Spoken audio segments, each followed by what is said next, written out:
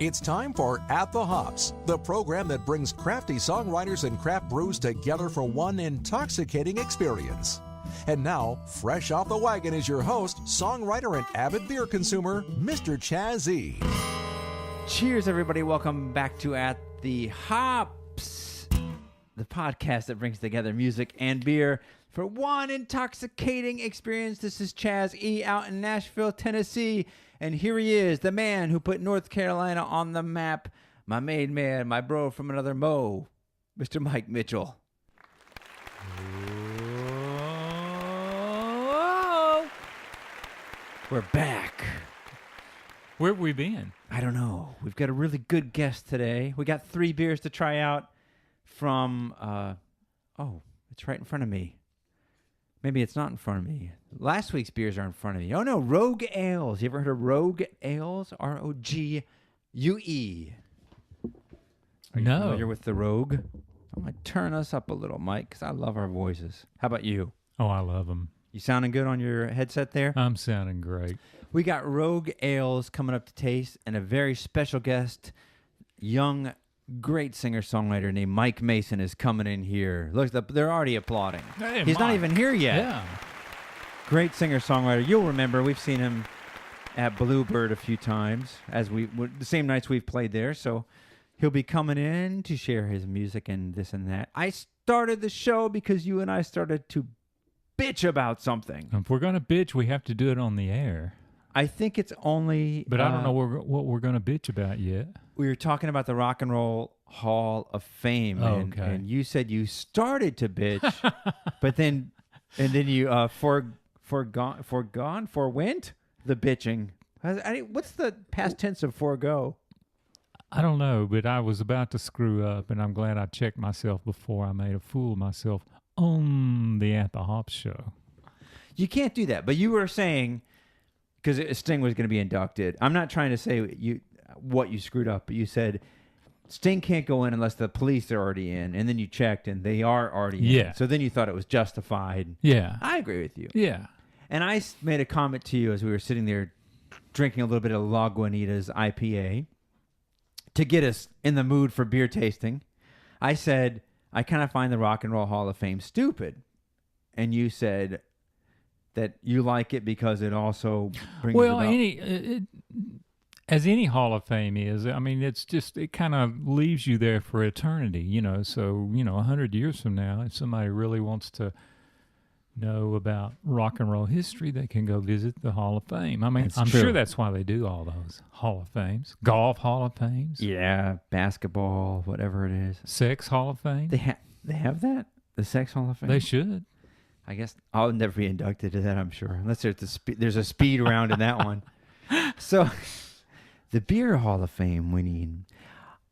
I think my whole thing against the Rock and Roll Hall of Fame is because I love the fact that when I discovered a lot of golden nuggets in rock music, it always seemed to come by word of mouth. And that seemed to make it all that more special. You know what I mean? Like, you never heard of this guy, but my friend has a friend who's got this live album that he found at the record store, and it's called, UFO Strangers in the Night, and it's the greatest thing he ever heard.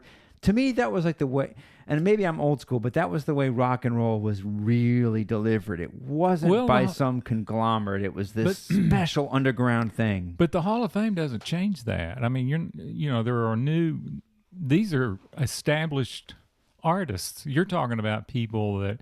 Unestablished, I guess. Yeah. I can't think of anybody.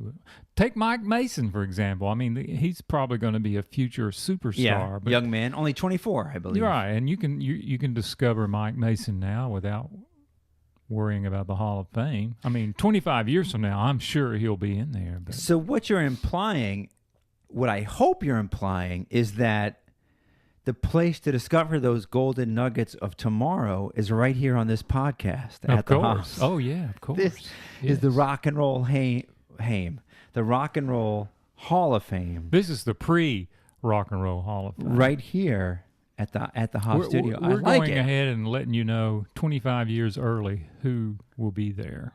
And that's the way it's going to be. people. 25 years from now, you'll be hearing. I would not be surprised if some of our guests are not well known in the next 5 years. Oh, yeah, they'll be there. I really wouldn't be surprised. There's some of our guests that we've had that I'm surprised are not household names now, to be honest with you. But they'll get there. Anyways. AC, I think of AC and she might get Audia. Those two. No, but we've had some absolutely stellar musicians on, and sometimes I just wonder, I'm like, why isn't this person known all over the world, or at least as much as Bjork is, right? You know, we've had some great people that are still underground, as we say. That's true. We are the underground. We are. That's what makes us cool. Yeah. All right. And that we taste beer with I mean, if you get too big, artist. we don't want you on the show if you're too big. Like you say, we're underground. We're going for the Who's too big undiscovered that you would refuse to have on the show? Oh, I don't know. Tony Boatright. He's too big to be on the show. Well, Tony B. We got to get him on. What we should do is go get our guest ready, prepped up, have him play some songs to share with you, and then get to that. Well, we'll get to a little bit of interview with him into our first round of tasting right here on At the Hops. You guys, first listen to this ad from a sponsor. Hey there, Mr. Chazzy. This is your old friend Jack from over on the West Coast. Listen, I just wanted to call you and thank you. I went to your site at thehops.com, and from there I discovered a link to audible.com. That's right, audible.com, where they have over 100,000 audio downloads to choose from. I can listen to all my favorite books, and you know that's good for me because I read about 1 million scripts a day, and after reading for so long, well, I'm just crazy. I don't have time to read for pleasure anymore, but with audible.com I can listen to my favorite titles. And for clicking through your link, Chaz, they gave me a 30-day free trial membership and 1 free audio download. Or maybe it's because I'm a celebrity. Who knows? Anyway, got myself a good book on beer. I could be a guest on your show soon. What do you say? I already got some musical talent. Here, let me get you a little sample. All work and no play. Yeah, makes Jack a dull boy. All work and no play. Click on the link at www.atthehops.com for audible.com, where you'll find over 100,000 audiobooks and more. Sign up for the free 30-day trial membership, and you'll get a free audiobook for your listening pleasure as well. And Mike, we're back. We took a little break to hear a word from our sponsor, and now our guest is here in the house. Hey, what do you here think? he is. Here Hello. he is. He's here, man. He's the voice. He's the man of the new generation. This is Americana done the way, like I said, this is the new generation's Americana. My guest, we're very honored to have him here. Mr. Mike Mason is in the house. Good afternoon. Yes. How you doing? Listen to that. The crowd loves you, Mike. Can you do. believe how many people we can get in this room? Yeah, we have the same crowd from NPR here today with us. They're amazing, Exact man. same one. Welcome to Fresh Air with Mike Mason and Chez. We're gonna. All things are considered. Right? Except nothing's considered on this Nothing. one. Nothing's considered. Exactly, man. Mike, it's so good to have you. I don't know how to put it into words, but like the first time I heard you play was at the Bluebird, Mm-hmm. and it's like. I mean, you know, you're a young guy, and you're still playing like the Americana sound, but it's like today's sound. I mean, it's like there's even a little bit of rap in what you do and the way you kind of vocalize things. There's just the influences of today, like and for example, like the night I heard you, Don Schlitz played later, who's just a monstrous songwriter. It's no pressure, right? Yeah, Opening for Don Schlitz. I know. That's a scary. Monstrous subject. hit songwriter. Yeah. But his songs, to me, I mean, I'm not downing Don, but they don't have any of those today's influences, and you're sort of gather up everything but they just sound so fresh to me. Thank Fresh you. and new. The thing for me, one of the big mental blocks that I think every songwriter should try to get rid of, or at least I have tried to get rid of, is trying to be like something else and actually attempting to draw from influences and attempting to do all that kind of thing. I think it's okay for me to listen to something and go, oh, that's really cool, I got to write something like that. But to be able to have I guess, to know yourself well enough at a certain point in time to just be able to have it naturally come out rather than having to try and force feed a style or force feed a lyric. My least favorite part, and maybe this is why, I don't co-write, I think, as much as I should. And I think part of the reason is I don't do really well with trying to force feed a particular line into a song or do something like that. Sometimes, it comes in very different ways. I can come up with a line one day, or something will hit me, or I'll see something on a billboard, or you know how it is. I mean, you can get it from anywhere. Some little kid could walk by you on the street and say something really stupid, and then it come and turn into a song, later on. And I think that it's okay to go, cool, I've got to do that, and I've got to put that in a song. But one of the things that I think we all hit in roadblocks when we write is when we get together and we go, no, this is great. Okay, this is the hook because it's the best line in the song. And I'm like, my preference is with what a songwriter would consider to be the best line in the song is absolutely not what somebody who's not a songwriter probably would consider the best line in the song. And so for a songwriter, I think that the best line in a song or a good line or what you consider to be the line, inspired the whole song should be very subtly masked and just kind of like lines on a highway rather than a big giant bump or a log in the middle of it. You know what I mean? Yeah. Just kind of being able to carry the song and make it continue to flow rather than the whole thing being built around it. Kind of like an elephant in the room. Everybody, oh, here comes the hook.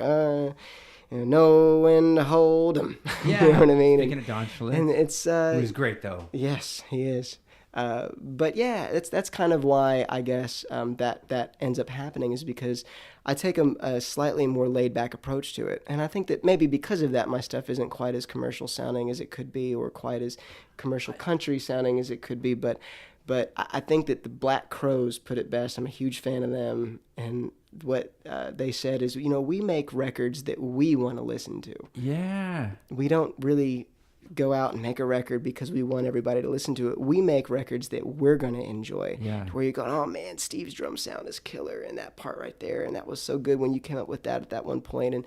And I think that people that are the big fans of themselves end up doing really well later on because they have the confidence to. They can, if you can't sell something you don't believe in, and you've got to believe in yourself. And I think that's why I don't try to take something and mold it someplace else. And I think that is where that sort of, I don't know what you call it, freshness, I guess, and where that kind of comes from. And that's where a lot of guys are doing too, where, we're just bombarded by information all the time, especially, my generation was the last generation to remember what it's like to go out at night and come home when the streetlights come off. And that's just how you know. That's just how you know it's time to come home.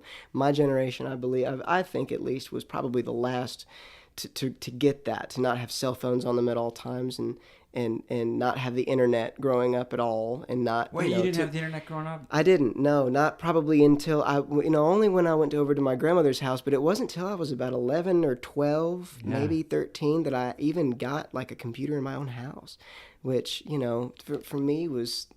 I mean, I didn't really care to have a computer or not have a computer or whatever when I was, 11 or 12. I was an outside kid, so.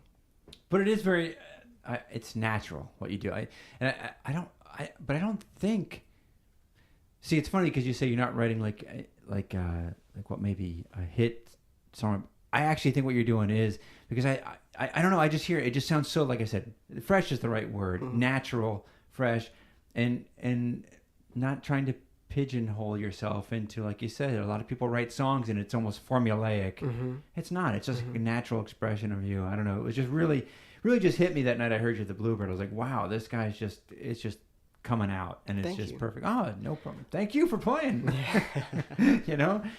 Well, and for me, I actually really love the formulaic stuff. It's kind of like the opposites attract kind of thing. I love it's so funny because sometimes when I play those country things at the Bluebird or at the Commodore or something like that, I'm doing the Barbara Cloyd Play for Your Publishers thing where they literally get together and they all talk about formulas and they kind of jam formulas down your throat and but I love it. I love learning about the rules so that I know what I'm doing when I break them. You know what I mean? I love learning about that kind of stuff, and I love Barbara's networking ability and everything. That's probably my favorite part about Nashville and about what Nashville people do is that sometimes it's not about the songs at all, and sometimes it's all about the songs and that's it.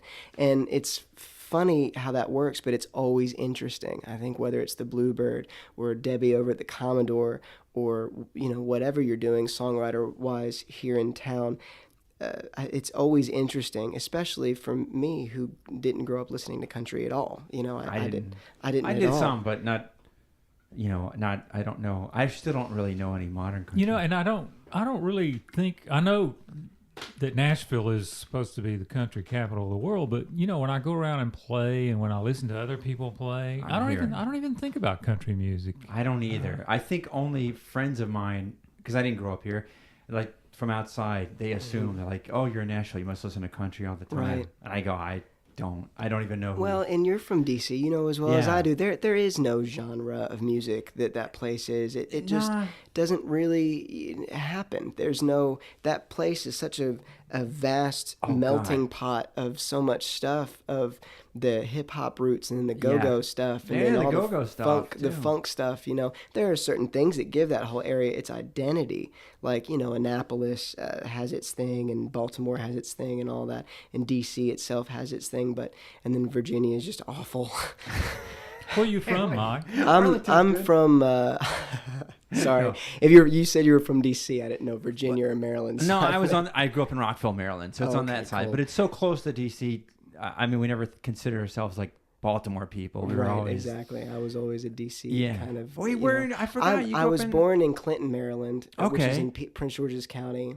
And then later on, my family moved to St. Mary's County, which is where I really, really grew up for a long, long time. I forgot we're from the same area. Yeah. So when did you come to Nashville? What brought you here? Well, it was a kind of a loop-de-loop around the southeast until I finally kind of wound up. I did a big G.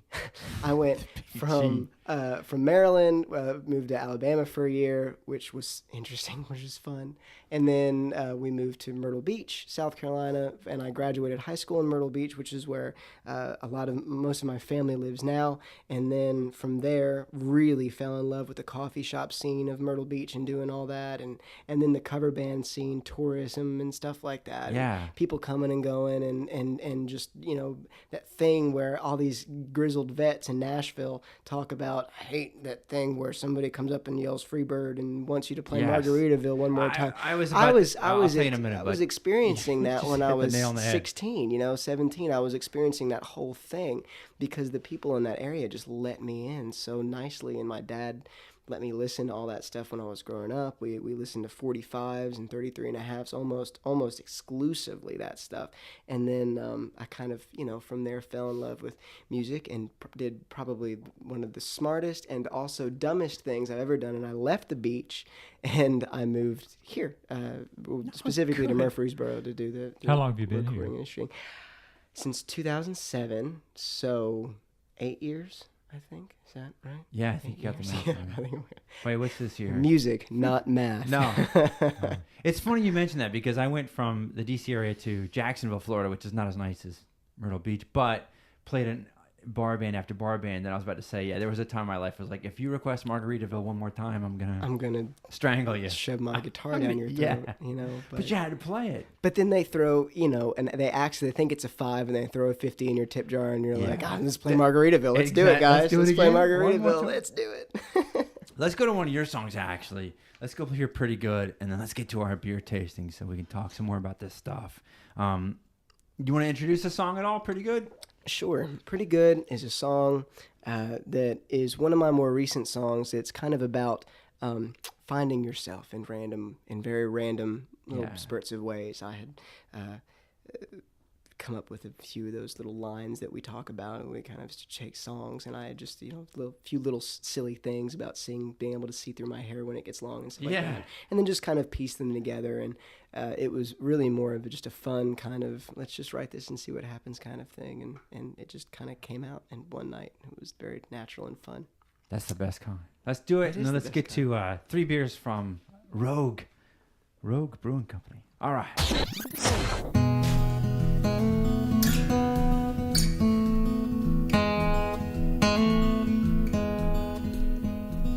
Coffee makes my brain feel strong when the snooze button does me wrong. It's not my fault that I don't want to wake up early in the morning. I've never known a soul that doesn't find the whole concept boring, but we do it anyway.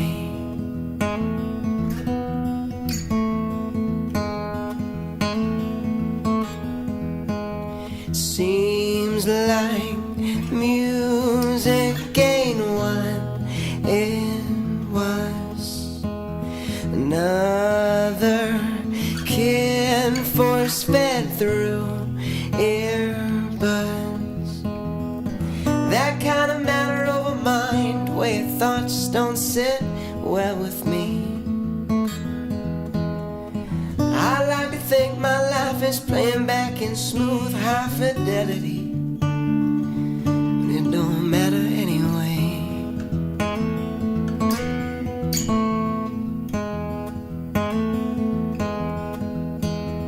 I've gotten pretty good at sounding a lot older than I am. I've gotten pretty good at doing things when people say I can't. What can I say? I don't complain too much, although I'm sure I could. What can I say? So far life's been treating me pretty good.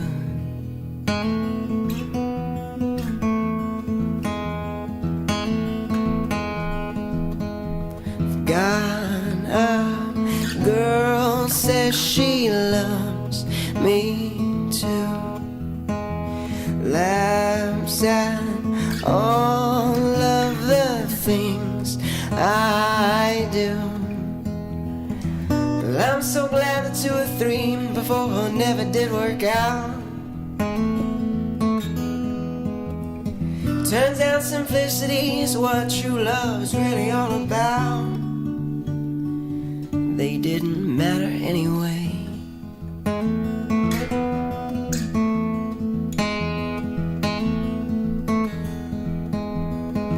I'm getting pretty good at trashing all my exes in my songs. I'm getting pretty good at seeing through my hair when it gets long. What can I say? I don't complain too much, although I'm sure I could. What can I say? So far life's been treating me pretty good.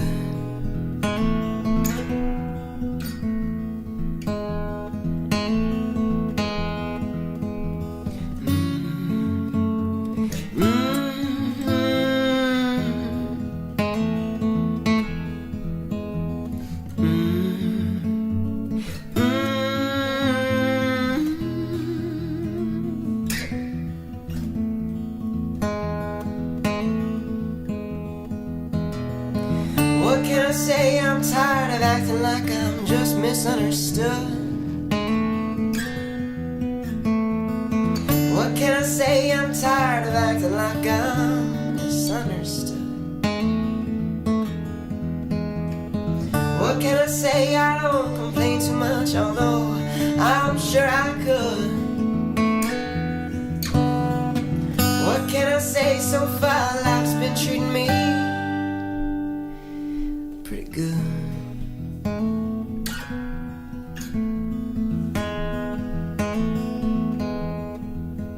pretty good. Pretty good. It's pretty good. It's pretty good. Pretty good.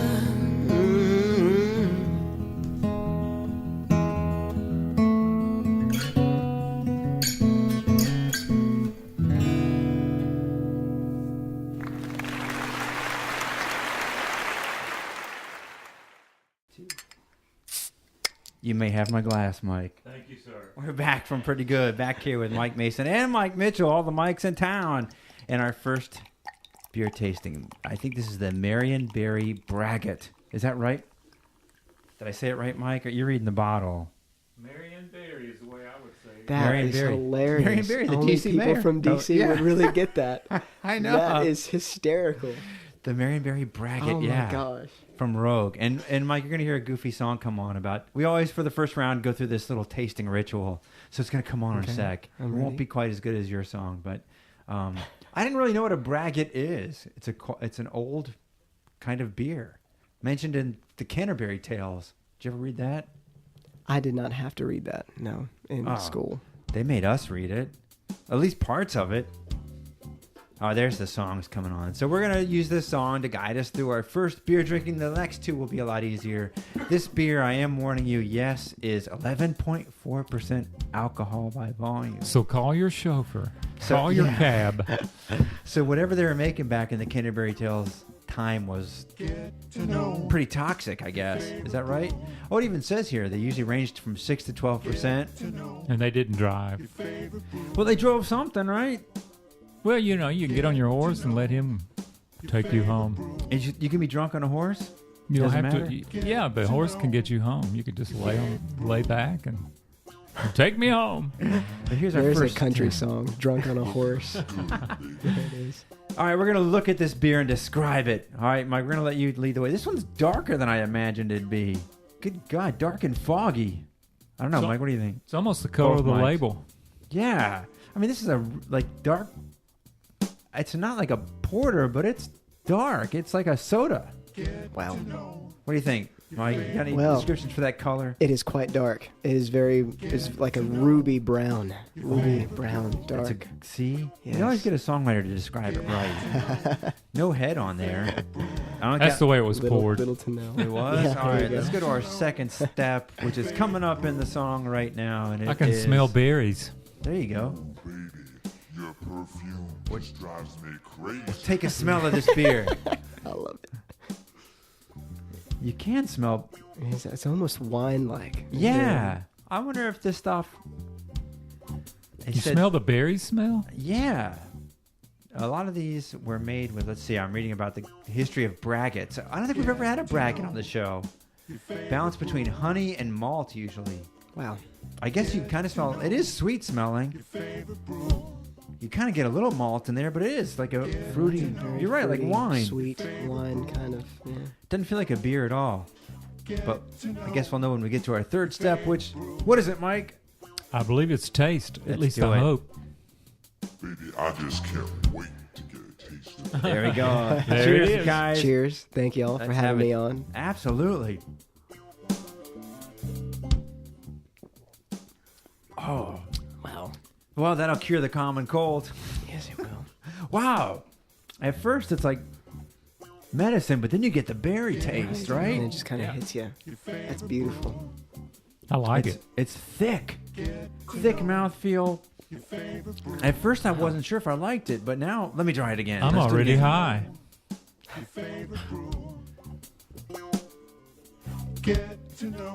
Wow. Some of these beers are all in the aftertaste. This- and I think this is definitely, for me, all in the aftertaste. It's a You're right. beautiful Which thing. is more bitter. The alcohol hits you first, Yeah. and then the aftertaste comes back, and it's got like you really taste the berries in there. And they say, what do they say here? Also, I guess we should be tasting some honey in there. They use a lot of honey in this. Now that you say it, definitely. taste it? Yeah. True taste of the territory. They use a lot of natural farm stuff, these Rogue Farms people. Rogue Farms honey, wildflower honey, flaked rye, Marionberry juice, free-range coastal water, and something called Pac-Man yeast. I don't know what that is. Pac-Man. I know. I don't know what that is. Sounds like Sounds like a game. Oh man. I think, yeah. I don't know what that is, but it's in that there. Cornerback that used to play for Tennessee. I was thinking of that guy too. Pac-Man Jones. Yeah. Did he get in trouble all the time? Always. Well, For he's an something? NFL player. Of course he did. Yeah. Somebody was saying, I heard some show earlier where they were saying, I don't know, they should settle something in sports. If there's a tie, it should be which team has the least amount of like arrests or something. I don't know. Anyways. That would still be a tie. I know. It would still be a tie. It Yeah. doesn't matter. We're not talking NFL. Both teams would get disqualified. Yeah, too many. We're from D.C. Everything leads to NFL. Man, and you're this right. is true. The Redskins were so huge. And then even... They were. They still are, unfortunately. Did you watch a lot of football? I watch a ton of football. I never watch it. So you love still do? football. Oh, yeah. I'm a huge Redskins fan. Was it here that we got into their name last week? Did we talk? I've had About a they should discussion. change it? I've had a Redskins discussion with someone recently. Was it on Probably this was show? us. Yeah. I think we were... I don't know. We may have... It may not even made it on the podcast. We probably... Cause some of our conversations get dropped. We right. should move from the Redskins and talk about life being pretty good, man. and being able to see through your hair when it gets longer. But you said that you wrote that song in like one night. Yeah, It it just was, came out, right? It just kind of came out, and it's funny. A lot of the songs that I write, I'm a very, I don't know if you want to call it ADHD. It's kind of an insensitive thing to say because there are people that really do suffer from that in a negative way. I don't, in a negative way, I guess. But you just kind of, once an idea hits you hard enough, you just turn everything off in your life and just focus straight on it. And so it's interesting to say that, I wrote it in one night, but it was still like 8 hours straight. 6-7 hours straight of just. Did you come up with the guitar riff at the same time, or no? is that something That's you'd another had for a interesting while? thing. I work at a music store in Murfreesboro called the Music Stop, and I'm the manager there at the moment. And until I screw up and I'm no longer the manager there, but It's not going to happen.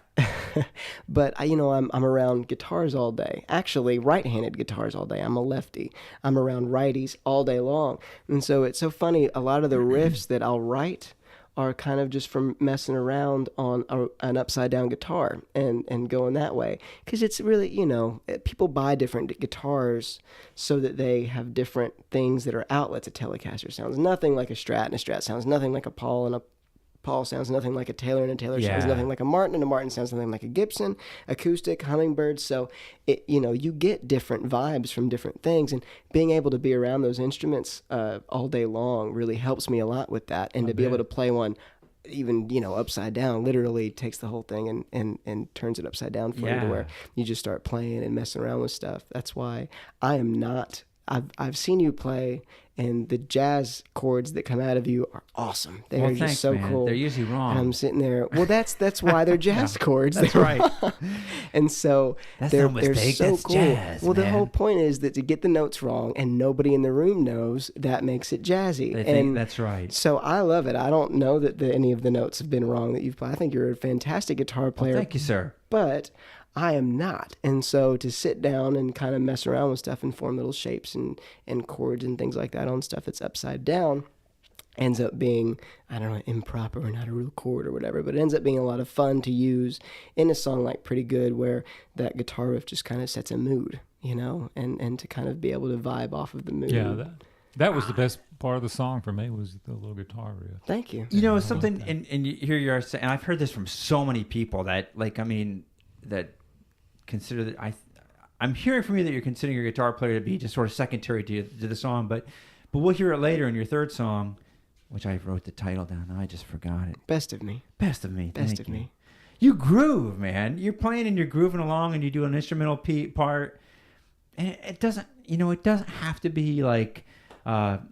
Ironically, Mike and I earlier tonight were listening to recordings of a friend of mine back in DC who is a shredder type.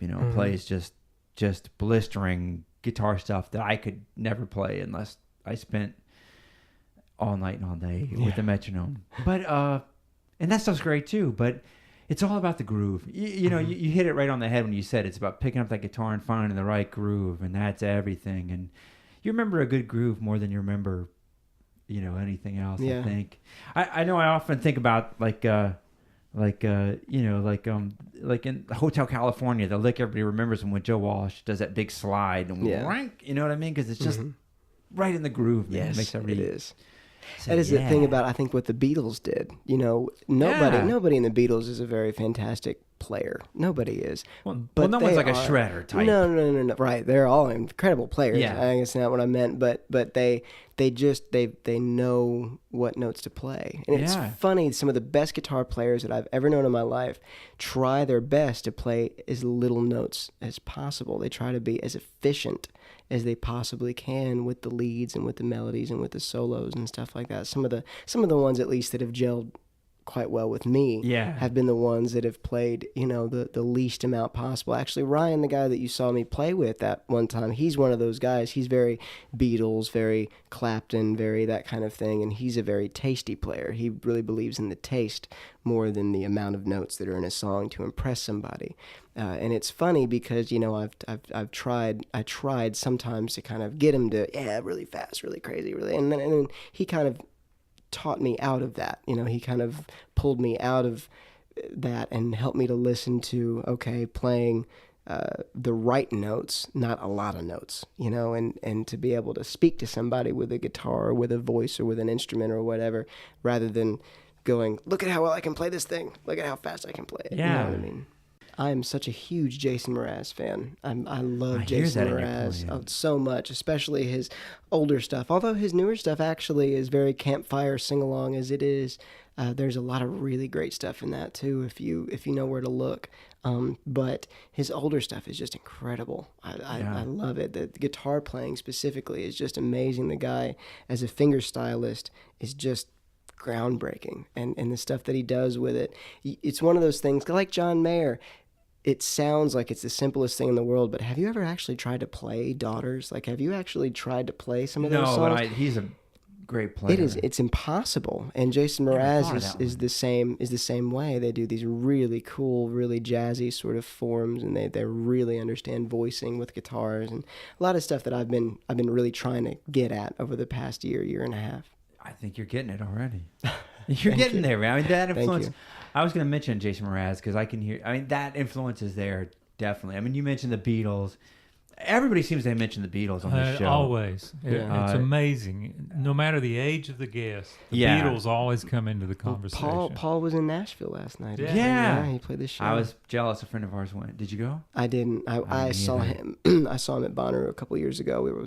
I waited for 12 hours in one spot with no bathroom breaks right up front. Oh man! I got to see him right up front. It was incredible. I bet it was. I brag about that everywhere I go. I will. I'm unashamed.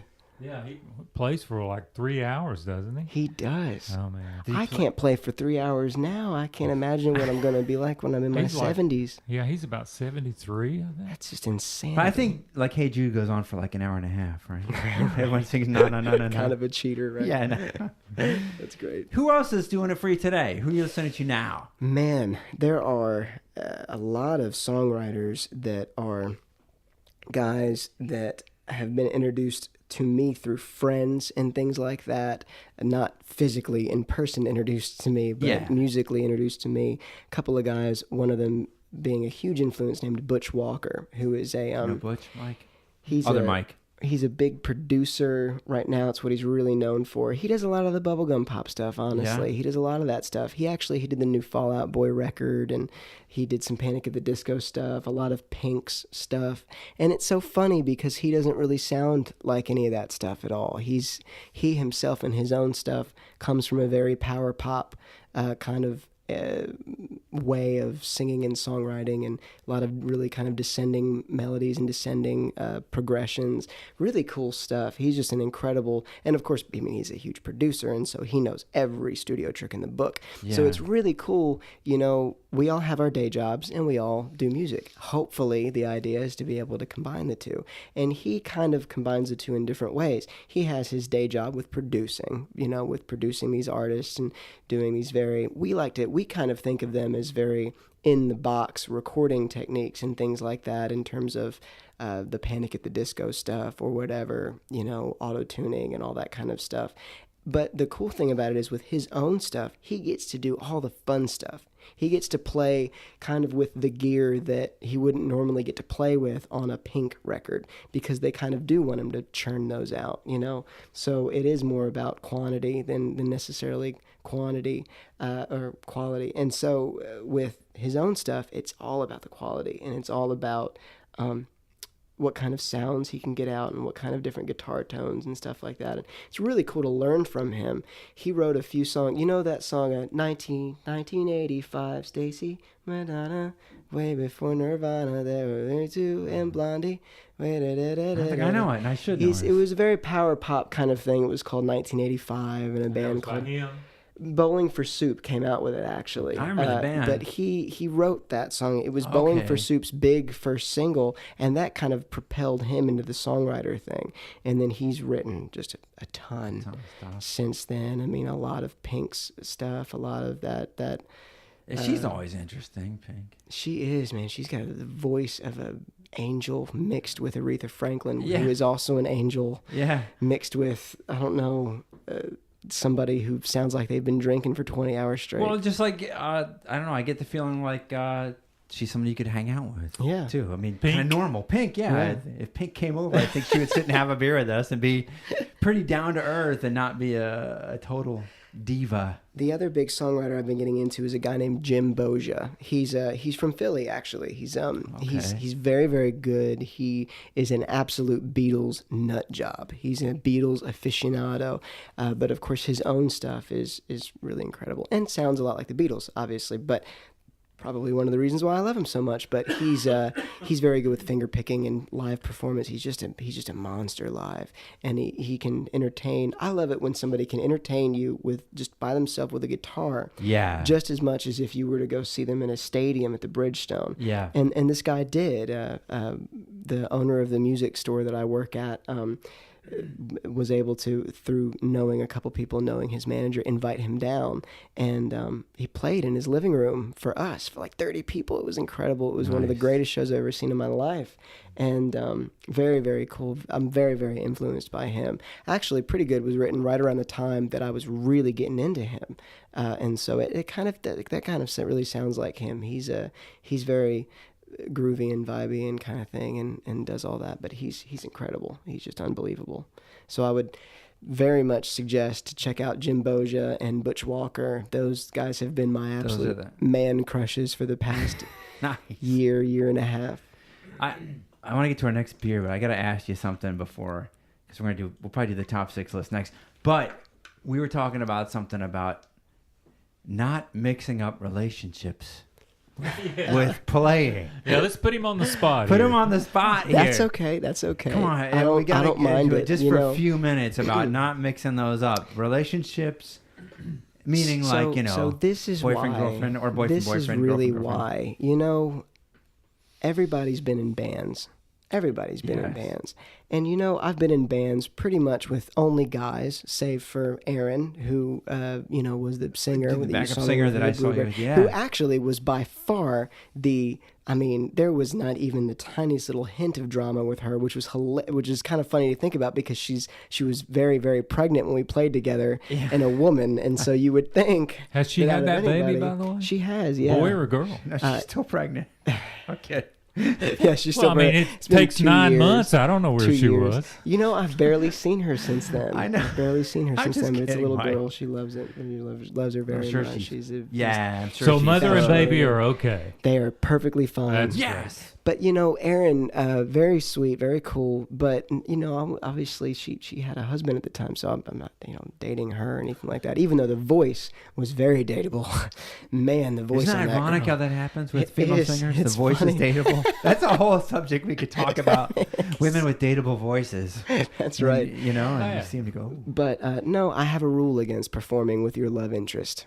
I have a rule against that. Because you do have in a relationship with a musician, right? Right, the inner relationship with a musician thing. I've had a lot of relationships get corrupted because we've ended up playing together. Because we've ended up doing that whole thing, and so that's something that is a tough pill to swallow, especially since my girlfriend is just an unbelievable musician. She's an unbelievable piano player and an unbelievable vocalist, and it's funny. I'll be recording in my room, and she'll be sitting on the bed on her iPad on Pinterest or something, and every once in a while she'll just just put her iPad down and go, "That was sharp." Oh, and then man. go right back in or right back down and go, "It was flat. You need to redo that chorus part right there." And I'm like, I love it. She's brutal with me. I love it. It's great. I would so much rather have a woman like that than have a woman that oh, it's so good, honey, you're my little rock star. And I would much rather have somebody that's 2 steps ahead of me rather than 2 steps behind. That being said, it's not necessarily even an ego thing. I think that for me, performing like that, you want to be as brutally honest with the person that you're performing with as you can. It's just that simple. And if you look at your girlfriend who you love, who just brought you coffee that morning, is going to be making you dinner later on that night, and you guys are going to, fall asleep together watching Cops later on that night, which we do, show, right? Which we do. Cops Reloaded, actually. We fall asleep watching Cops. It's hilarious, but a different subject. But later on, you don't really have the heart to look at him and go, no, that was terrible. We need to redo that. Or the other fun thing, you ever looked at a woman and told her that she's being ridiculous? You ever done that? Because No. I've only done it like once or twice, and that didn't last very long. No, I mean, Yeah, I guess sometimes it is hard to take criticism from people that are real close. It is. It is. But you mentioned her name. Andrea. Oh, who's Andrea. Grace? Grace is Andrea's middle name. Oh, it really is. It really okay. is, yeah. 'Cause Grace that's the is next Andrew's song we're middle gonna name. throw on. It's so funny every time I play that at the Bluebird, Yeah. Steve, and I've never corrected him. I've just allowed him to continue to think that her name is Grace, and everybody else that I play with at the Bluebird just continues to think that her name is Grace. But her name is Andrea. Her middle name is Grace, and I wrote this song for her for You her really birthday. did. Nice. Yeah, I wrote the song for her birthday last year. It's actually coming up. I have to write another one. So, does she like the song? She loves it. Yeah, she hates the last line in it, but she loves the song. She always tells me, and she told me when I was on the way up here. She's like, "You better play Grace. You got to play That's Grace." your next Awesome. song, right? Fun. Yeah, we should put it on. Let's put that on. Let's go get this next beer. I mean, you guys can have more of this Braggot if you want. It is delicious, without a Oh, doubt. have another one. You want some more? But let's go hear about Grace, and we'll get to our next beer from Rogue Ales. Let's do it. I think it was fine. I might adjust it a little.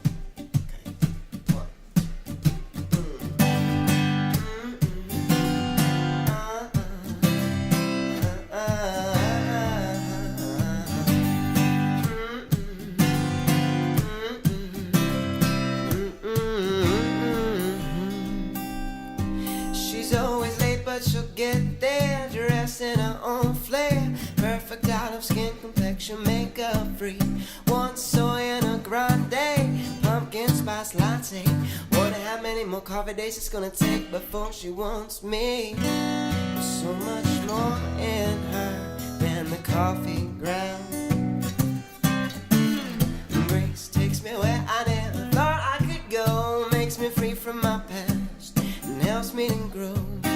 Grace takes away all the shadows of doubt. Now I see that all my love songs were written just about Grace.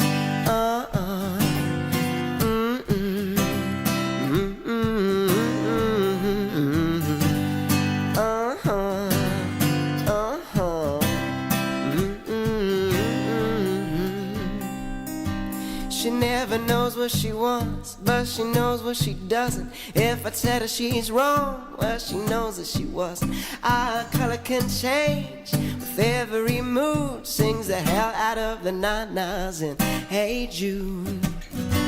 She took my sad song and made it so much better. Oh, Grace takes me where I never thought I could go, makes me free from my past and helps me to grow. Grace takes away all the shadows of doubt. Now I see that all my love songs were written just about Grace. Oh, there was so much of love I didn't know. She's the one I've been craving, my muse and my saving. And Grace takes me where I never thought I could go. I'm the paint and the brush, and she's the Van Gogh. Grace is the storm over years of drought. Now I see that all my love songs are written just about Grace takes me where I never thought I could go, makes me free from my past, and it helps me to grow.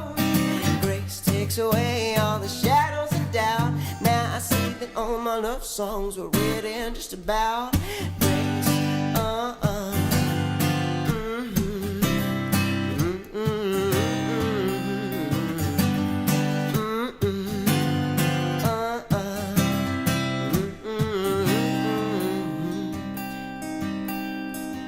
Them yoga pants don't hurt at all, at all. Oh, oh.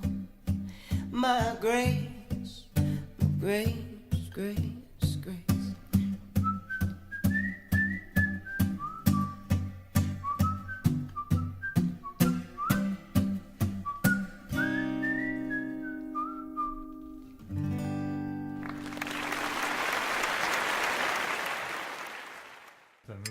We could add that on the.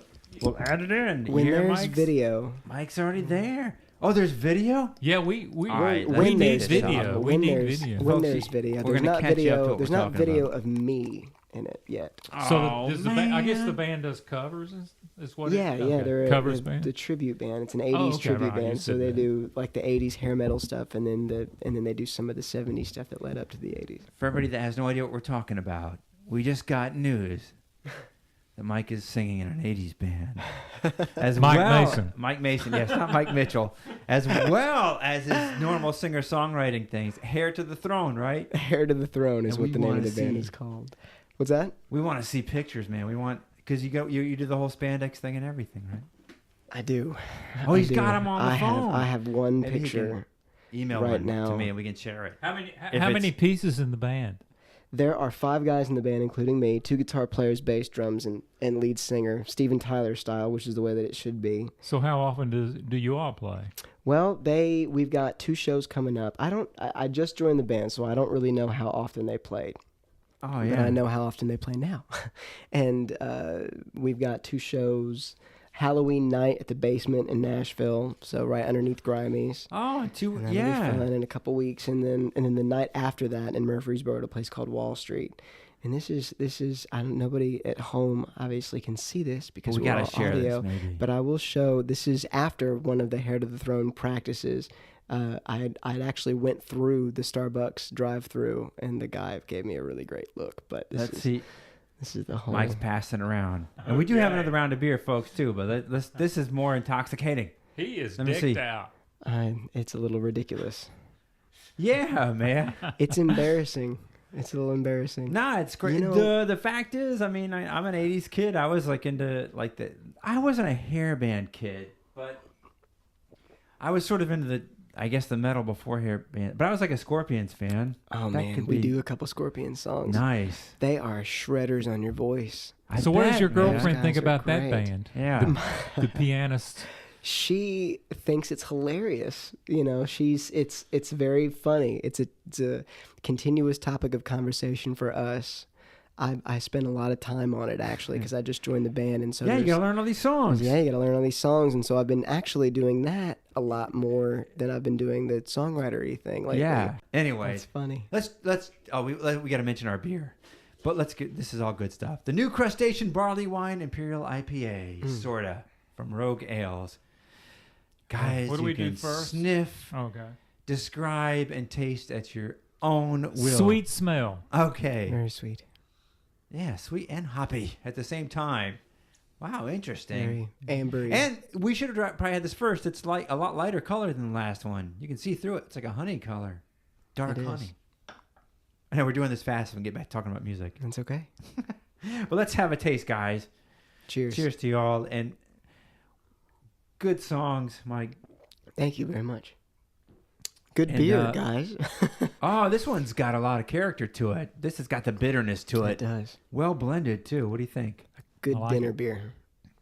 I like it. And I guess that's the IPA sort of side of it, but it's got a barley wine taste to it also, which is a little bit more more fruity. It's funny though you said that because I keep talking about stuff I'm doing. I just joined a band too and had to go back and learn a bunch of songs, and it takes you away from your songwriting for a while. In fact, one night we were sitting here, Mike and I, doing the podcast, and he goes, "Chaz, play something." And I was like, "I can't play right now. All I can do is think of all these songs I got to memorize." But now that I've kind of gotten over that memorization hump, I think it's I don't know. It does lend a hand to your other stuff It does. too, right? Well, and the 80s stuff, the 80s are my influences go from 60s, 70s, 90s, 2000s. You missed the 80s? I just, it's not almost as if it didn't even exist, except for Van Halen and then Aerosmith's late 80s stuff. Yeah. Because I'm a huge Aerosmith fan. I'm a massive Aerosmith fan. So I guess they helped to create the 80s. Oh, yeah. And so I loved what was a part of creating the 80s and AC/DC and Zeppelin and all that.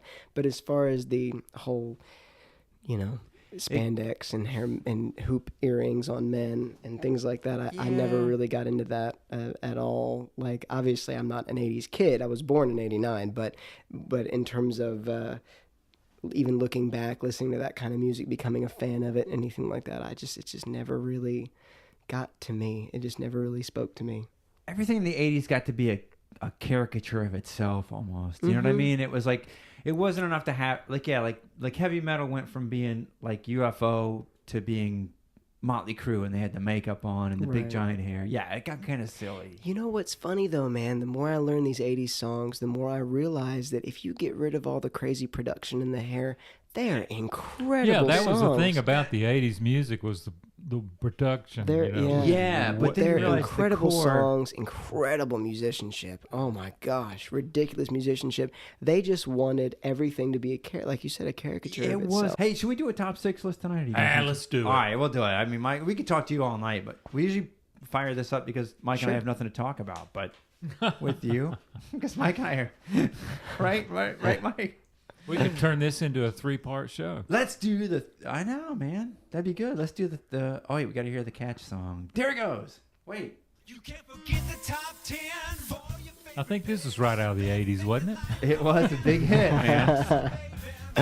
It was Alan Thicke, not Robin Thicke, but Alan Thicke. He had a big hit. You got a problem with sex? Top 6 coming up on At the Hump. This is Smith & Wesson.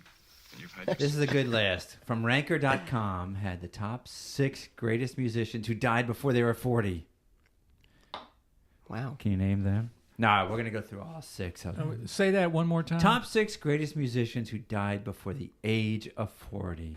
Since 40. Mike is a young man. Don't aspire to be like these people. I can think of some real quickly. I mean, Hendrix. Let's do number 6. Yeah, I'd put Hendrix on this. But they're not all pop singers, too.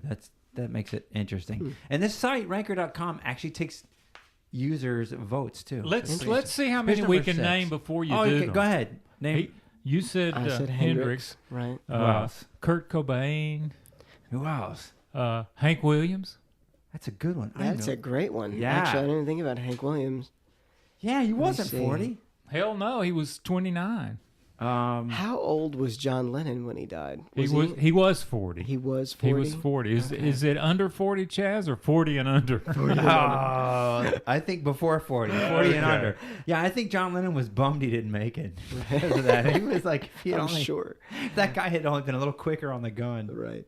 he would have made the list.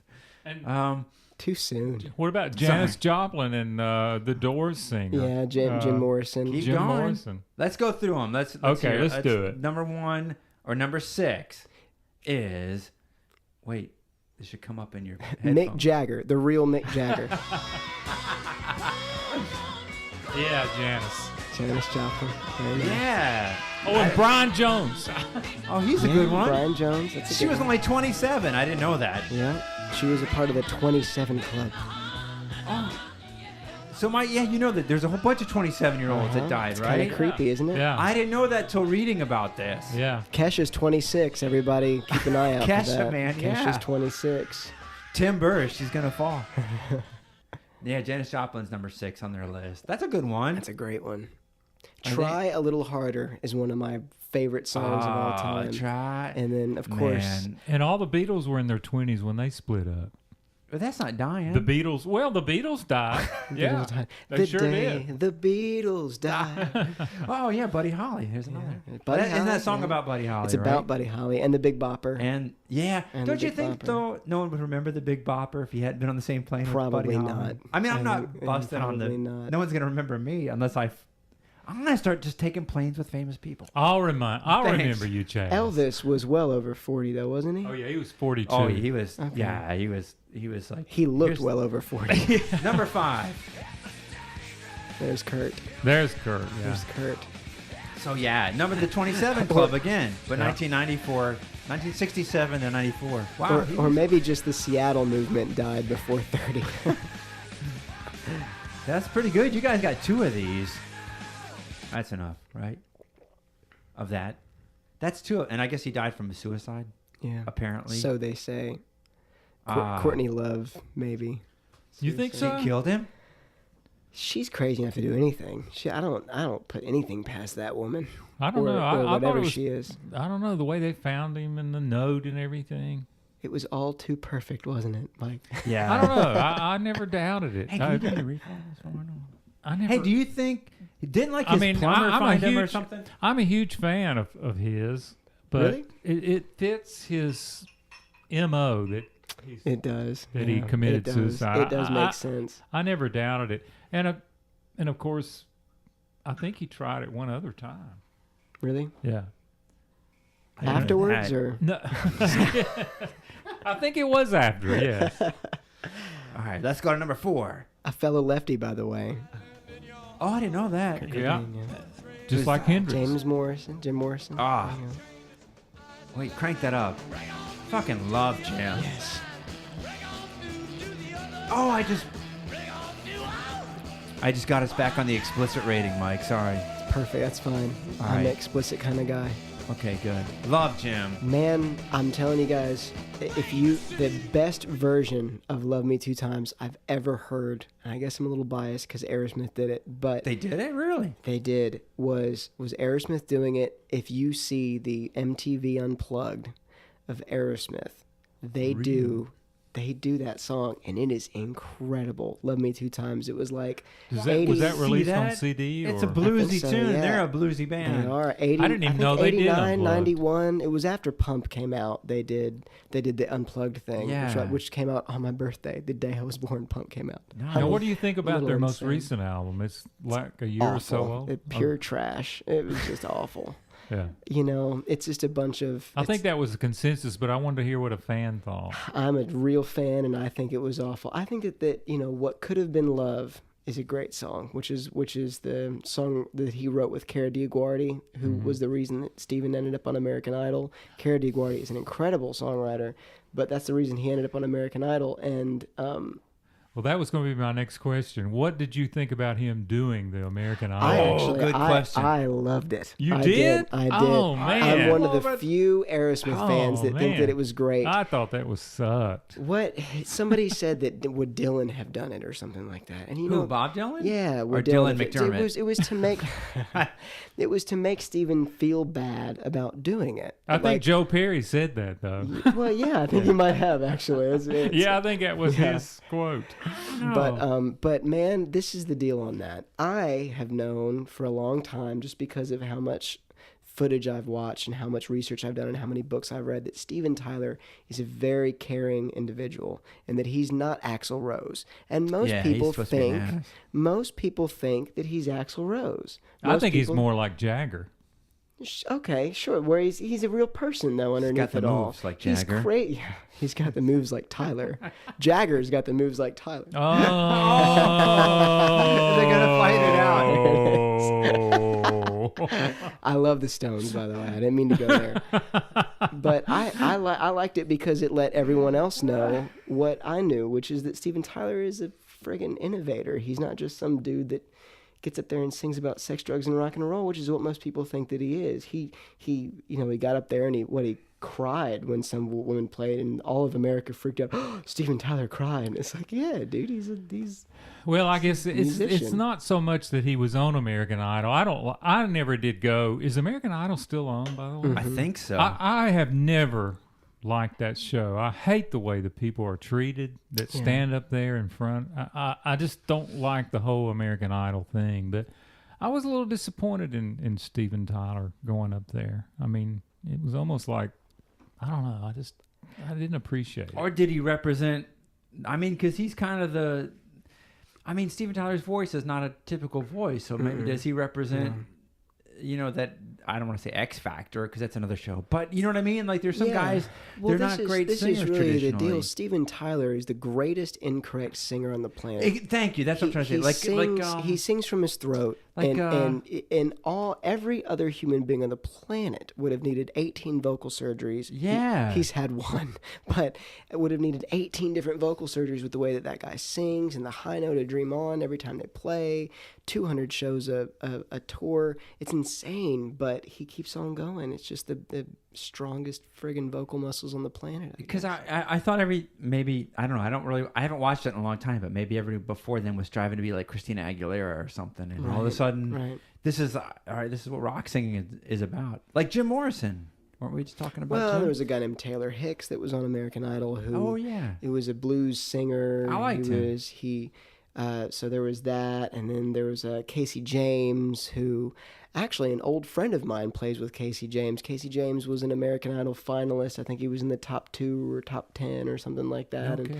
And he was just an all-out rock and roller, Allman Brothers and Skinner and all that kind of southern rock kind of thing. And that was him. And then there's a few of them. Scotty McCreery was a real low voice kind of. So the majority of the more recent ones have not been Kelly Clarkson, although ironically enough, the people that have survived the test of time have been those Christina Aguilera-like people. I like Kelly Clarkson. Well, and there's another country singer, a female that Carrie Underwood. Yeah, she's probably. Would you all agree? She's probably the most successful. Oh, by far. Yeah. I think that she's the only American Idol that's lived past her deal with Fox. I think she's the only one. That has truly lived past the deal where now she's really been making money. She's the only person.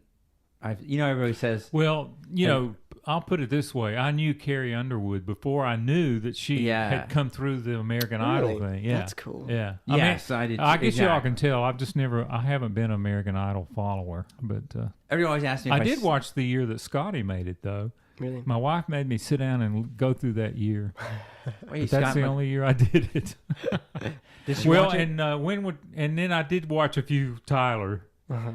But he's just an entertaining human. Oh yeah, I agree. I guess that's why. I agree. He's just a is, personality. and I tell you, he actually. I appreciate his writing, and I appreciate listening to Aerosmith more than I like watching them because I know you're not going to. It's so funny. Normally, it's the opposite way around because of what a great live show they have. But see, I've never actually seen them. The reason I feel that way, great. and I hate to say it to a fan. But I think he's a Mick Jagger copy on stage. That's okay. He would probably tell you the same thing if he were here, that he's a Mick Jagger copy because he was. Yeah, okay. He did. Yeah. Of course, he hated that. I'm speaking on behalf of him. I've read his autobiography. Okay. I've read his autobiography. Speaking from his sort of perspective is that, most people will start out as one of 3 things. According to Quentin Tarantino, it's only 2, Beatles and Elvis. I think it's Beatles, Elvis, Stones.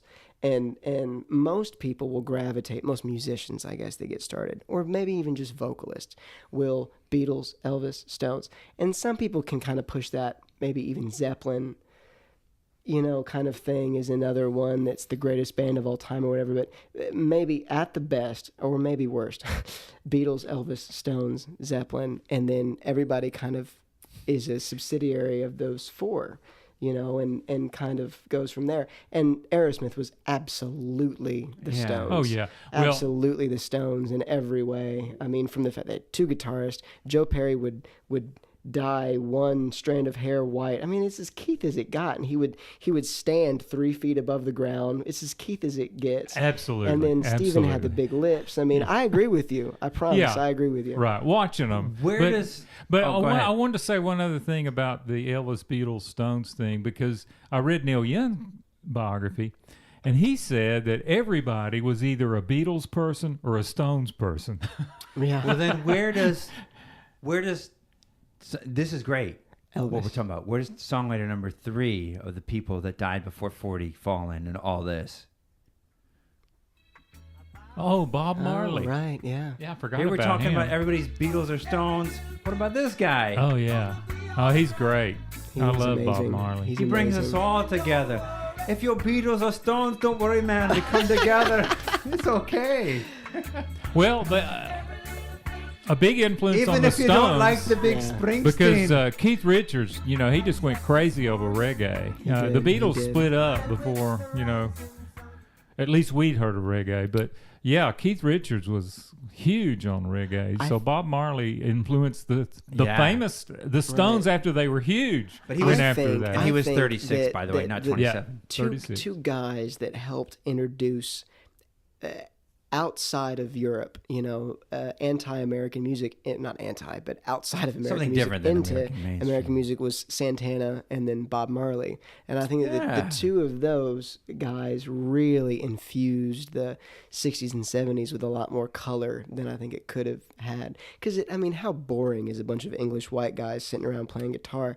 Well, English white guys playing American blues. Right, exactly. How boring can that really get if it's the only thing? And so Santana coming along and Bob Marley coming along, that was awesome. I think they definitely played their part in the formulation of the legendary late 60s, early 70s kind of thing. Yeah. I watched Woodstock the other day and saw Santana. I also saw good? Hendrix.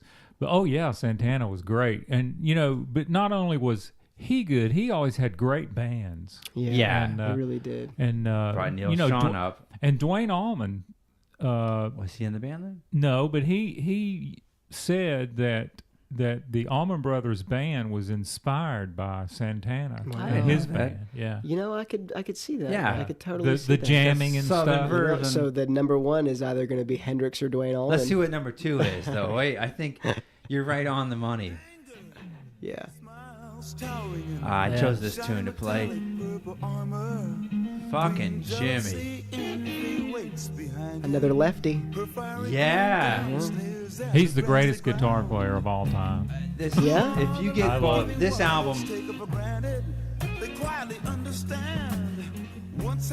and when you think about Hendrix, everything. By the time 1970 rolls around, Hendrix did everything we love. if you don't have that album, Bold as Love, go get it. Oh, I do. I have Okay, all good. this stuff. Everybody's got it. Yeah, that's a great record. You're the And- one who has all of it. I'm kidding. Oh yeah, but Axis. What is it again? Axis Bold as Love. Bold as One Love. of the There best you go. Axis guitar Bold as albums Love. And Electric It Ladyland is, also absolutely. was Electric very Ladyland. good. Man, that guy. Yeah, that guy. And He was one of the 27 Club. He was right? like Nirvana. 27, He only right. did 3 studio records. That's true. See, yeah. And then it's funny, he has 40 records past that or something ridiculous. yeah. like Yeah, you that. can't. I know. His estate. It's funny. all the His recordings. estate will release 40 records, but they will not let I think it's Warner Brothers, use Is it? any of his music for the one that Andre 3000 plays Jimi Hendrix in. It's Oh, gonna come out really? soon.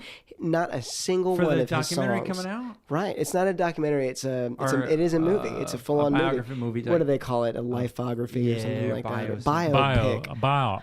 biopic or Yeah. something. And it Biopic, yeah. Biopic. And it's before it was before he was famous. So none of his Right. songs are actually on. None Wait, of them, so because what's- the Hendrix estate would not let the movie studio use it. So what's on it? I wonder. That's interesting. Well, Red House isn't his, and there's a bunch of songs. or There's like a bunch Johnny of B. those Good, like when he did a cover. Right. So they're going to use that, and they've also written. Songwriters are so clever. We are, and Yeah. we've been able to write things that are technically not suable, but are Yes. pretty much Bold as Love, and are pretty much.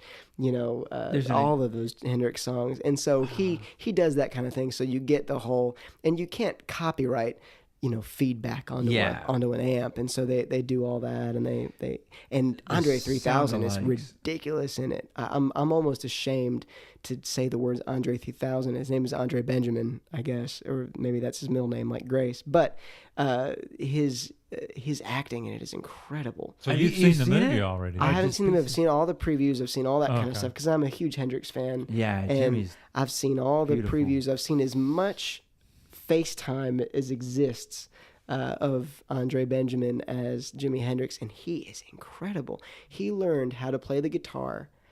He's a right-handed person. Did he He spin it? learned how to play the guitar left-handed. And Hendrix. No, Andre. Andre Benjamin learned how to play the guitar, and he had never played guitar before at all. Maybe it was easy for him because of that, but he learned how to play the guitar left-handed, in order to do the role. Wow. And it's incredible to watch. It's so cool. He's very good at it. But the Hendrix estate will release 800 million records after his death to make money off of them. Well, there's Hendrix released one other album besides the 3 studio albums before he died. It was the live record with Band of Buddy Miles Gypsies? on drums. Band of Gypsies. Right? Band of Gypsies, Band- yeah. yeah. Yeah, with Machine Gun and all that. Yeah, Good that was stuff. awesome. And that's probably, of course, that's where we were headed. I mean, that's where he was headed. He had left the experience thing. Right. And Yeah. Are you guys ready for the number one? Now, this person I will not. am. This one threw me off because it's not like a pop musician or rock musician. But the number one that was on Ranker was, oh God, loud too. It's as heavy metal as it gets. Is this the Scorpions? They're all alive, No, aren't they? it's Mozart. They said Mozart was the number one. He died at 35. Well, I didn't know we were including all that stuff. Yeah, they didn't include. I know the whole list is like. Well, I hold can't on. believe they didn't mention Brian Jones. Well, hold on. I'll Yeah, tell you, that's he's on amazing. the list somewhere. There's like a whole bunch. I What will is it? say though, Mozart was the first rock star. He was. Yeah, see? He was an absolute rock. He knew he was famous. He knew he was famous. He got a different girl every night. Not necessarily. He was a good musician. Thing. Not necessarily a good thing, but he was an absolute rock star about all of his own stuff. He was the cockiest dude. I don't know Ever. very much about Mozart, He was very cocky. I just saw the movie. even though I did take music Wait, where's- appreciation in college. I don't think Brian Jones is on the list. I'm looking at all of them now. There's Well, like that's 50 amazing. total. Graham Yeah. Parsons is dead? There's another Well, one I we thought should it have wasn't named. Brian Jones. I thought it was Mick Taylor that died. No, Brian Jones died. Mick Taylor took his place. Yeah. And then okay. Brian Jones is 35. Okay. He made it. He made was, it. but he was in the 27 Club. He that's fell true. below Notorious B.I.G. That's pretty funny. So what about Best of Me? So the Best of Me was written on a lot of Red Bull and not a lot of sleep.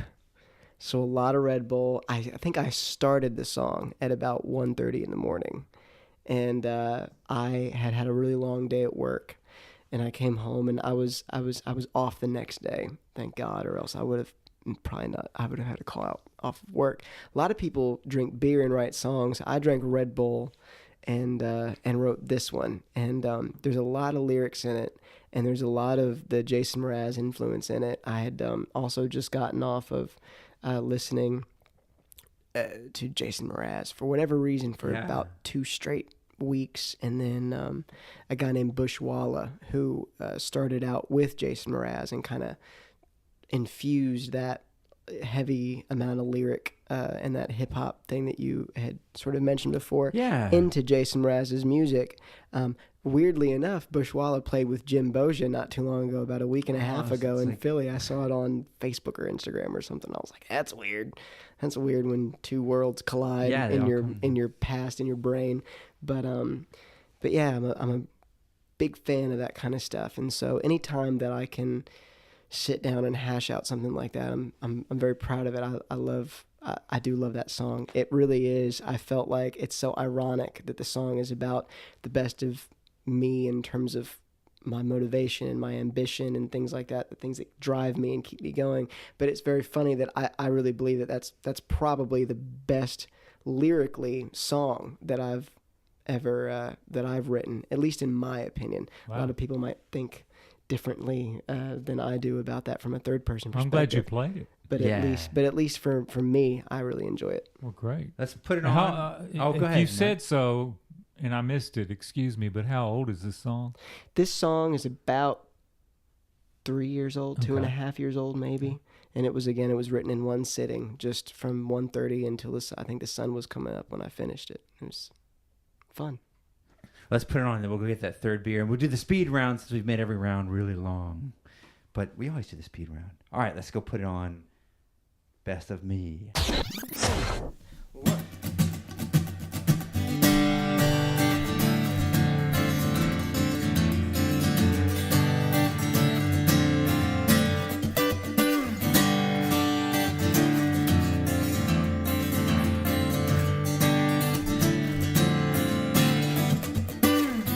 Waiting for nothing, waiting for something. Maybe it's nothing at all. Stepping and pacing, dragging and racing, chasing my dreams on up the wall. My 9 to 5, biding my time for a little piece of peace of mind.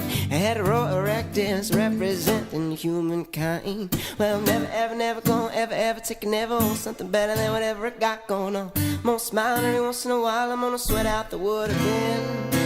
You ask why, it's my style. Never gonna run, you're never gonna take it away. I ain't leaving, best believe that I'm giving the rest of the world the best of me.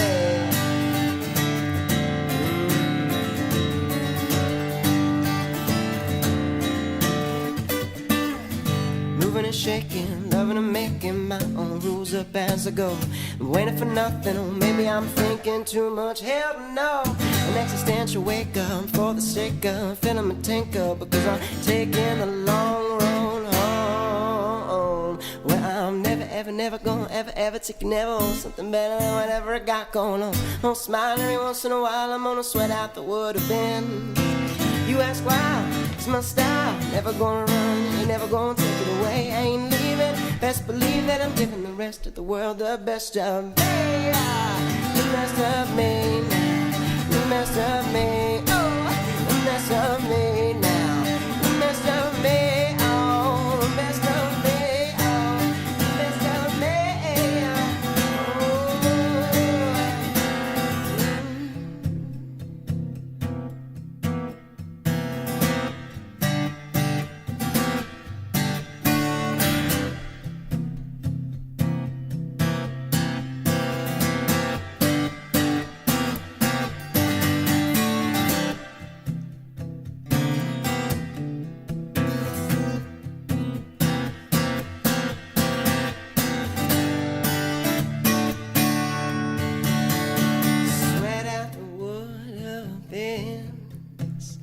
sweat out the wood of bends, sweat out the wood of bends. I'm letting my life begin, oh yeah.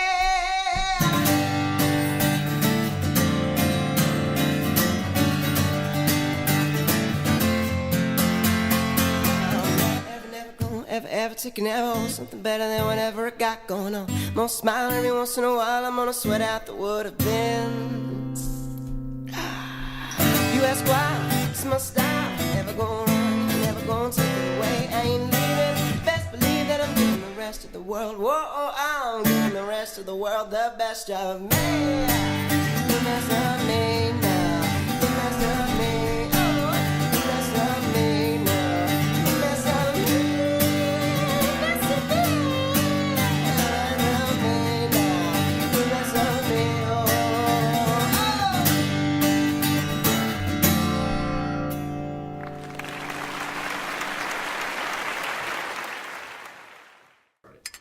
We'll start off. We're back. Mike's grabbing the last beer. This one looks really interesting.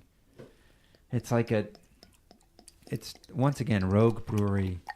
Oh, this is, let's see. Oh, just a 9% alcohol. Only 9 this time. Be God. careful, yeah. But the Voodoo Doughnut Pretzel Raspberry and Chocolate Ale. I don't eat a lot of donuts. Do you guys? Everybody talks about Voodoo Donuts out in Portland. I don't know anything about I Voodoo. would, but nobody ever buys them at home, so I don't get to. I like donuts. Oh. The Krispy Kreme thing just does it for me, man. Oh, I Krispy love Kreme is your... Kreme. Yeah, I like this crispy, it. and I like Dunkin'. You Well, know, the hot Voodoo's sign, big. the hot sign thing, it just wins me over. What's the hot sign? Oh, the hot if you, yeah, the if you sign? drive by Krispy Yeah, Kreme and and they've it got the hot says- sign on, that means they're making hot donuts. I right almost there. stopped too, and I don't even eat It's donuts. amazing. I know. It's like it draws you in. I'm like, oh, I better stop. It's funny. Hot right now. Ryan and I played a million and 10 shows in Myrtle Beach. We used to do a monthly tour, and whenever we would go into the south end of Myrtle Beach to do our gigs, because they pay you to do the Margaritaville thing. Except it was Yeah. just me and him on acoustic. We would do it 4 hours a night, the whole night. I'm sorry, thing. that beer's a light. I thought it was gonna be like dark. Yeah, I thought so too. What the heck's going on? Did they Is say that the right- chocolate? Oh, Mike, you got the wrong one. That's okay. Get another one out there. Grab another. That's a triple. Still delicious though. I'm sure. What are you going to do with the glasses? Oh, I'll go grab some more. Mike, keep talking. You guys talk a sec. Keep talking. This is a tough job. I was like, that doesn't look right. what was I saying? Oh yeah, we would do the shows in Myrtle Beach, and we would come back from the South End, and it would always be like 2:00 in the morning, you know, because the gigs themselves would end at 1:30 or 2, so it would always be like 2:30 or 3 in the morning. We'd be driving back from the South End, make sure to go to speed limit because all the cops in Myrtle Beach pull anything over that goes 2 miles over the speed limit.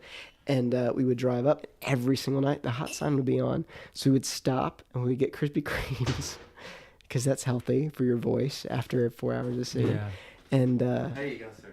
and go back home and pass out. Yeah, I love those donuts. I thought that looked funny. That one, This is my job. This will probably get me fired. No, this is that- it. This is. I knew That looks one day like I would like finally- tanning lotion. Are you sure that's not tanning lotion, Mike? See, I didn't get it because I thought it was Pepto Bismol. the bottle's pink. But this one, that beer that you opened, I'm kind of glad I've been trying to get rid of that beer for a while. We had it on the show once before, and we somehow got an extra one. I think microbeerclub.com sent it to us as a bonus or something. Yeah, it's like Pabst Blue Ribbon. When you drive up to the window, you ask for a beer, and then they throw in a 6-pack of Pabst something else for free. That was, and I don't know. It was a triple, and that's a dangerous one too. Those triples are packed with a lot of alcohol too. Really? But this one's the Voodoo Donut one. This one should be dark. So I don't know what the alcohol content is. I'll tell you, it's 5.5. 5.4. This one's okay. okay. 5.4. Wow. You're All back right. you're back in a safe territory. I won't be sleeping here I tonight. still Yeah.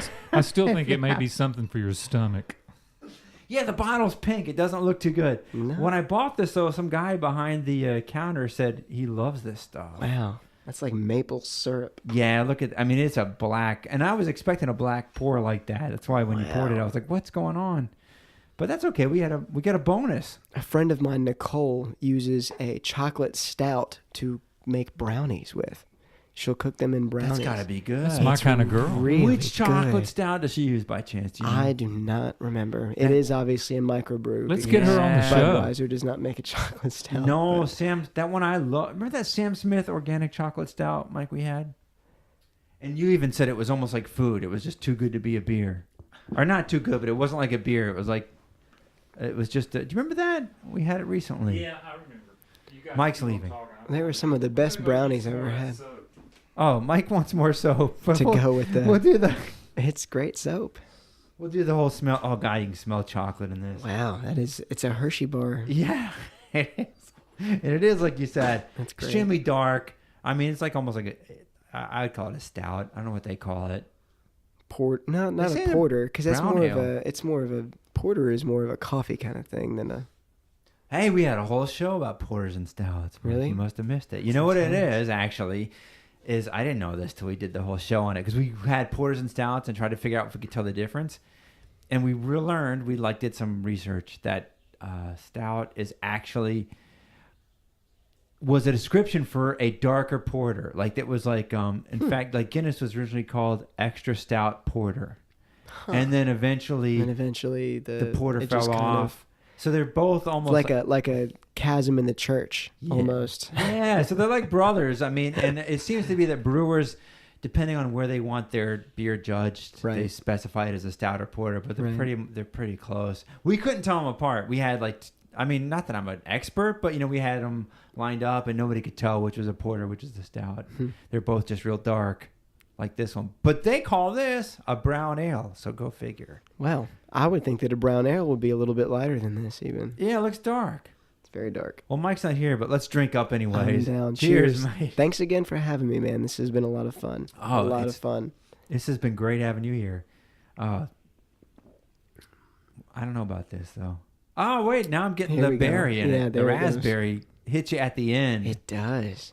That's not bad, but it's Wow.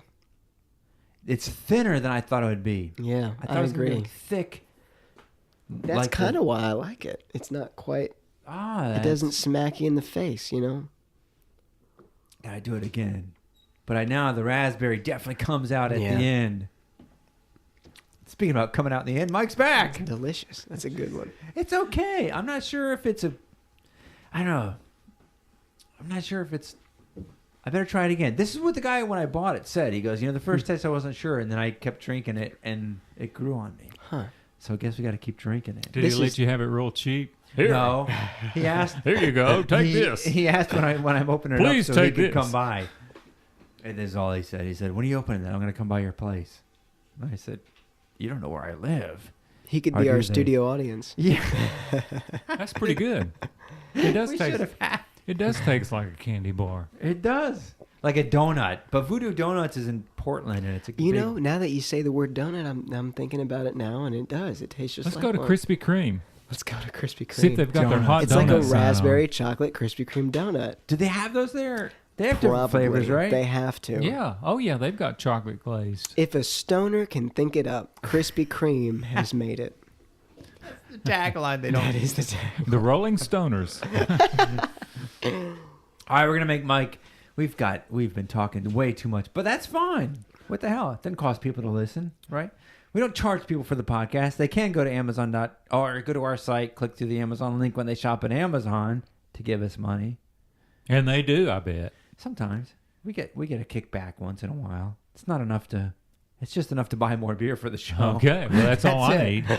It hasn't given Mike and I a salary or anything. Don't worry about that. Don't worry, you guys are unemployed. Let's go to the speed round if I can find. Hey, Mike, where did I leave the jingle? Do you remember? The jingle? We have a The jingle for speed this, round right? jingle? There it goes.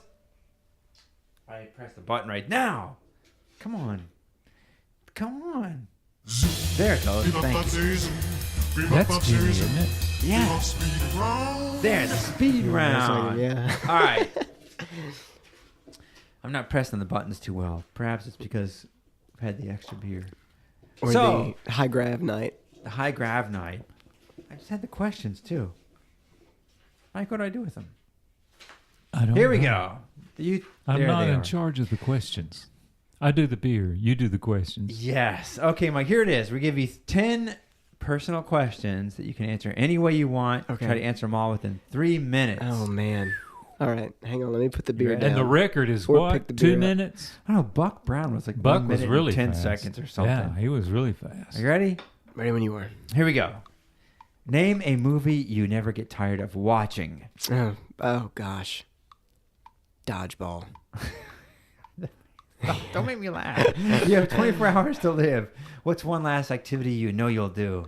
Play out live. Maybe the Bluebird. Nice. Name a movie that makes you cry. God, the Notebook. I hate to say that. It's so ridiculous. Oh, man. But it is You true. said it. You Not. said It's it. just the Alzheimer's thing at the end, You man. and That's Danique- awful. I've never seen it. It's awful. I cry when I people just make gave me away watch the ending. it. I just I gave away the ending of the movie just now, but It's okay. Man. Spoiler alert. What's one? What do you consider to be the most valuable thing you own? my Taylor guitar. Nice. Cat person or a dog person? Dog. Definitely dog. Oh, what was the name of your first big crush? First big Or crush who was was? Allison Schaefer in kindergarten, man, that early. Have I you liked written any girls. songs about her? What's that? Allison's a good name. Have you for a written any song. songs no, for no, Elvis but it is a Costello? good name for a song. If you've been asked to write your autobiography, what would you like to title it? Title would be What on Earth Am I Doing Here? It's damn good. Name something that scares you. Spiders. Good one. You may only have one outfit in your wardrobe. You can have multiple copies. What outfit would that be? You know, I'm a jeans and a t-shirt kind of girl. I am. I just am. You hide it well. Thank you. Really, with the long hair, I would think that it would be the opposite way around. If you were to give yourself a nickname, what would it be?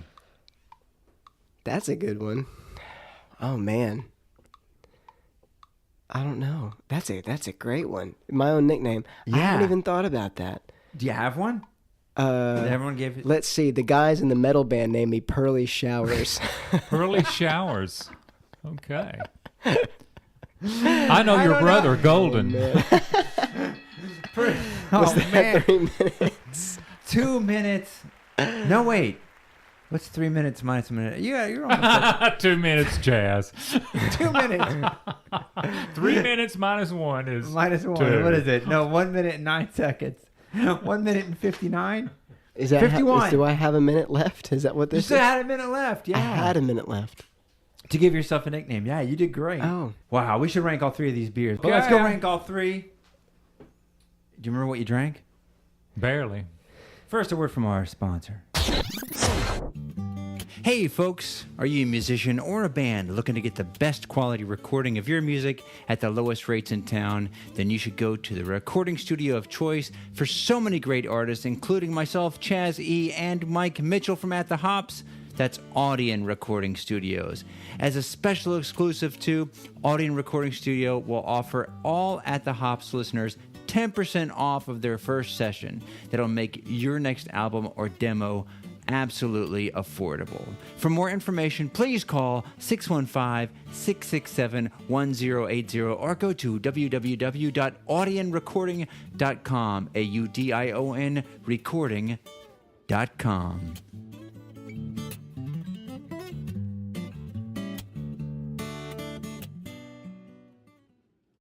We're going to judge all 3 beers. Mike, you get to put down your judgment. You're the star. Okay, well, number And go ahead. I'm sorry. oh, no, you're fine, man. What we do is we have a scale we use, right, Mike? A scale Yes. just for musicians.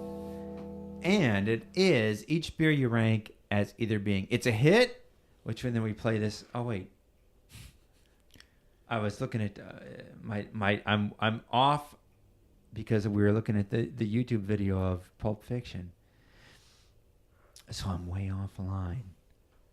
Wait one second. Either it's a hit. There we go. Come on. Thank you. Fire that guy. Close enough for rock and roll. That's if it's a beer's just kind of like, yeah, it's good.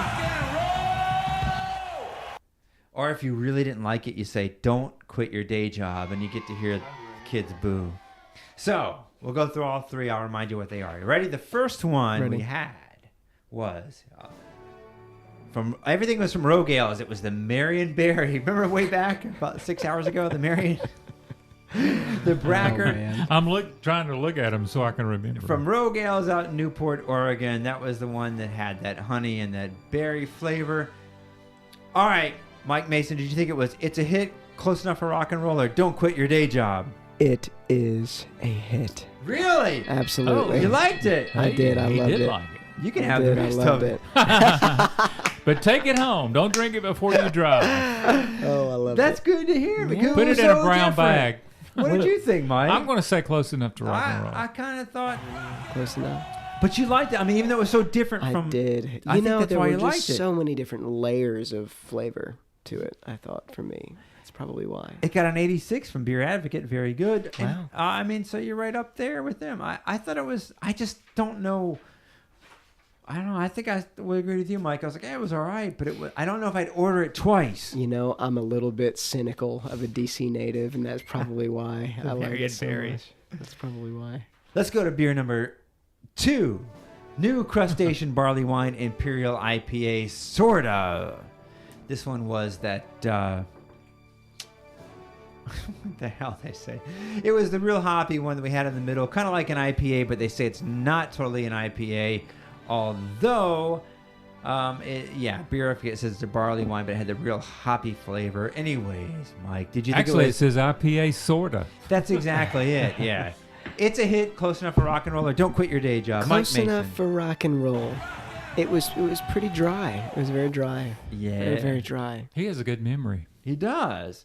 And this one, they said it's remarkably hoppy, balanced, malty ale. It was all right. They say it's a cult favorite in their Newport pub, but is it? What do you think, Mike? I'm gonna Mitchell. say it's a hit. Really? Yeah, I Huh. liked it. I'm agreeing with Mike Mason. I thought another close enough for. Hey, but Beer Advocate said very good. 87. Didn't the last one get very good? 86. 86. So Wow. I thought it was all right. I mean, I think I see the IPA on the label and I want something different. And I guess I forgot it was IPA, sort of. I'm used to the Terrapin IPA. Sorta. thing, and maybe that's why. Oh, that's a good one, too, I from don't down in mean to Athens, Georgia. Mention a different sponsor. Right? Here, No, but that's man, fine. We've had a lot of Terrapin Brew. Right? Athens, right? I'm a big fan. Yeah, I good love stuff. Terrapin stuff. And they do a great liquid bliss. Have you had that? I have not. I don't think I have any left, or I'd give you some. We were there recently. Good stuff. Terrible. Let's do the third one. Where's our music? Here we go. Voodoo Doughnut, Pretzel Raspberry, and Chocolate Ale from Rogue Ales in Newport, Oregon. This one was an American brown ale with that crazy donut taste. Mike Mason, it's a hit, close enough for rock and roll, or don't quit your day job. Just because they really, it did taste like a donut. It really does. It does. It's like those magic markers that don't really taste like what they smell like what they say they smell like. This really did taste like a donut. I'm going with it's a hit. Man, good. It's a hit. I like the way you judged it. He's a happy guest. What do you think, Mike Mitchell? I'm going to say close enough to rock and roll. Again, I'm not sure I like this one. I don't want to say don't quit your day job. Beer Advocate gave it a 79 and okay, but I like the donut. Mike's argument for it. This one's almost more a novelty. Yeah. Sure. And now that I'm thinking about it and judging it on that character, it's a good thing you go last. I'm not going to say anything. Maybe I'll just say nothing. Here, I'll put this on there. I'll just say that to all my friends. Drink wine. I don't know. You're right. You got to judge it on its own merit, and in that case, it probably is. It's a hit, but it was different. It definitely different. What do they say? I mean, I think my only real problem with this, I thought it was going to be a lot thicker, and I think you liked that. You said it was not that so it wasn't thick. so thick. Right. Yeah, I expected like a I real. guess I'm kind of a girl though about it, you know. No, don't say that. I mean, it just, it's just that you thought it was gonna be like a real, like a real stout, thick, pour slowly beer. Does that make it ungirly? I don't know. Maybe girls like stout beers, don't they? They do. Some girls do. Some girls like it the stout. right kind. Our kind of girls do. What an interesting correlation that this is the high grav night, and it's also the night that this has gone on for like 2.5 hours. That's an true. Interesting correlation. It is. So, Mike Mason, where can we find you online? I am at www.mikemasonmusic.com. Yeah. And that's it. That's it. MikeMasonMusic.com. Facebook too? Well, I'm on Facebook and everything. You can get to everything through MikeMasonMusic.com. Okay, but there, it's just a Bandcamp profile with my URL attached to it. It's great. I love Bandcamp. I love using that. Good stuff. Good stuff. Thank you guys so much for having me. It's been a lot of fun. Spending a long night with us. A lot of fun. This is the best show we've had in a while. It actually is, man. A lot of fun. Well, don't tell our other guests that. Free beer always tastes good. Yeah. Always. 10 times out of 10. There's more left, so you're welcome. You can finish the Marionberry. All right, folks. Our next... Oh, I don't want to announce our next guest because we have a potential next guest. We'll announce it later on. Potential next guest. I'm not sure if he's coming in person or we're doing it by phone because he's come from a well, distance. Either way, he would be the guest, right? That's true. Paul McCartney? No. We couldn't get him while he was in town. Right. Matt Prater. We wanted to do you. So. Matt Prater is supposed to be our next guest, but I'm not sure if he's coming by phone. I know Matt Prater. You've probably played rounds with him, but he lives quite a big ways without away. A date. Oh, without a doubt. Without a date. Without a Both. date. I've played him without a date. He's supposed to be our next guest, but I'm not sure if he's coming on because he lives quite a distance away, but we'll have him on anyways. Sound good? Sounds good to me. All right. Until then, everybody, thanks for listening. Go visit us on Facebook and then give us feedback at iTunes. And thanks again, Mike, for doing this long show. Thank you guys for having me. You're the Thank you, man. Mike. Very fun. Come back and see us. Yeah. I will. Absolutely. Cheers, everybody.